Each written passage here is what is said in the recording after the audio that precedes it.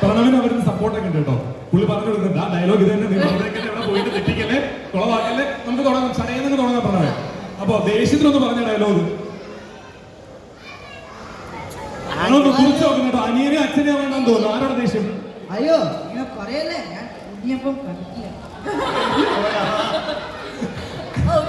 തുടങ്ങിയത് ബാബുരാജ കണ്ടെങ്കിൽ തീർന്നപ്പോ ഒടുവിൽ ഉണ്ണികൃഷ്ണനായി. ഞാൻ കണ്ടിട്ടില്ല. സന്തോഷത്തിലാണ് പറഞ്ഞു. അയ്യോ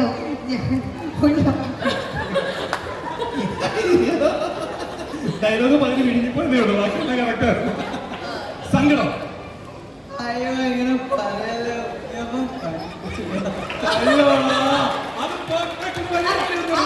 ശ്രദ്ധിച്ചോ, ഈ സങ്കടം ഇവർക്ക് നല്ലോണം വീട്ടിൽ ചെയ്യണമെന്നാണ് തോന്നുന്നു.